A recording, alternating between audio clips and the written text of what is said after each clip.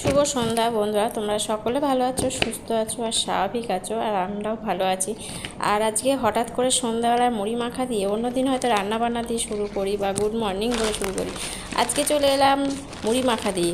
আর দেখতে পাচ্ছ পেঁয়াজ, চানাচুর আর ভাজা মশলা। আমার ঘরে সবসময় ভাজা মশলাটা করে রাখি এই মুড়ি মাখার জন্য, আর কিছু বিশেষ তরকারিতে দেওয়ার জন্য ভাজা মশলা করে রাখি। আর এইভাবে মুড়ি মাখা খেতে ভালো তো লাগে, খুবই খুবই ভালো লাগে। তোমাদেরও নিশ্চয়ই ভালো লাগে এরকম মুড়ি মাখা খেতে। কিন্তু দুঃখের বিষয় কী জানো তো, মুড়ি মাখাটা খুব একটা সহ্য করতে পারে না, খেলেই গ্যাস হয়ে যায়, সেটা একটা অন্য ব্যাপার। তবু তো মনটা চায় খেতে। আর মুড়ি খেতে খেতে আমাদের একটা ঘুরতে যাওয়ার জন্য তৈরি হয়ে গেলাম।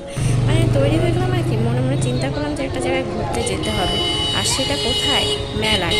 এই যে আমরা চলে এসেছি মেলায়, দেখতেই পাচ্ছ সামনে এই যে মেয়ে আর বাবা যাচ্ছে দুজনের মধ্যে, আর আমি পেছনেই যাচ্ছি। আর এত লোকের ভিড়, সেটা বলার মতো না। আর ছিল রবিবার, যেহেতু রবিবার মানে প্রচণ্ড ভিড়। আর আমাদের এলাকায় জানো তো, মেলাটা অনেক দিন ধরে হয়, গোটা একটা সপ্তাহ ধরে হয়।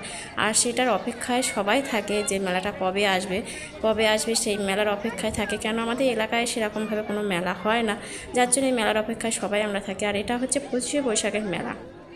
আর 25শে বৈশাখ মানেই হচ্ছে মেলা, আনন্দ, রবীন্দ্রসঙ্গীত এসব তো থাকে। আর দেখো মেলায় এত পরিমাণে লোকের ভিড়, আমি গোটা মেলাটা ঘুরতেই পারলাম না জানো। একটু শুনে সামনের দিকে কয়েকটা দোকান ঘুরে এসেছি, এটাতেই আমাকে মনে হয় যেন ভিড়ের থেকে আমাকে ঠেলে ফেলে দিচ্ছে। আর তার মধ্যে অত্যাধিক গরম, এত গরম সে বলার মতো না।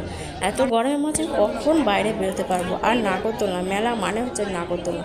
নাগরদোলনায় যে যাবো সেখানটা, তার সামনে তুমি দেখতেই পাচ্ছি না নাগরদোলনা কোথায়, মানুষের ভিড়ে ভিড় নাগরদোলনার সামনে। তাই এই সামনে এই দোকানটা এলাম, মেয়ে একটা ব্রেসলেট কিনবে।